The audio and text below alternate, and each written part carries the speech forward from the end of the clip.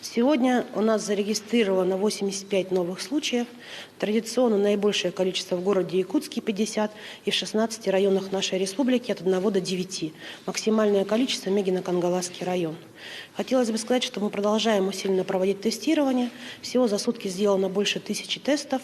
Выявлено, как я уже сказала, 85 новых подтвержденных случаев. И несмотря на то, что с 19 апреля были усилены ограничительные мероприятия указом главы, к сожалению, мы видим, что результат сегодня по республике не тот, который мы ожидаем.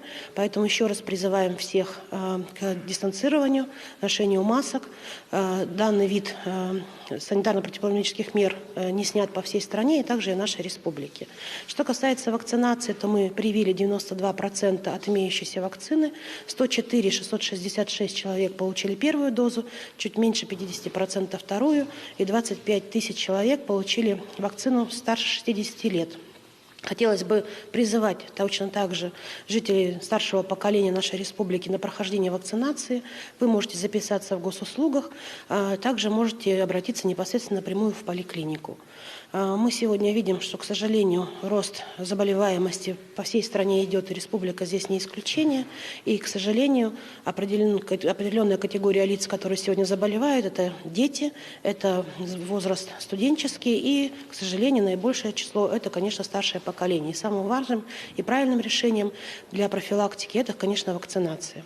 Что касается праздничных дней, то уже объявлено по всей стране, что с 1 по 10 мая во всей стране это будут выходные дни. Режим проведения первомайских мероприятий и 9 мая определен как онлайн, поэтому я думаю, что буквально в среду будет дополнительное заседание оперативного штаба под руководством главы, будут вынесены дополнительные меры, и приняты определенные решения, о которых мы чуть позже вам доведем. Спасибо большое, будьте здоровы. Спасибо.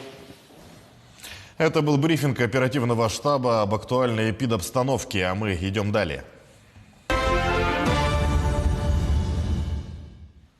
В эфире новости, в студии Сергей Михедов. Здравствуйте. Коротко о главных темах выпуска. Люди, переболевшие коронавирусом, восстанавливают здоровье в столичном реабилитационном центре. Сколько человек прошли лечение и какие процедуры проводят? Ко дню республики начал работу сайт alekma.rf. Таким образом, районная газета перешла в электронный формат.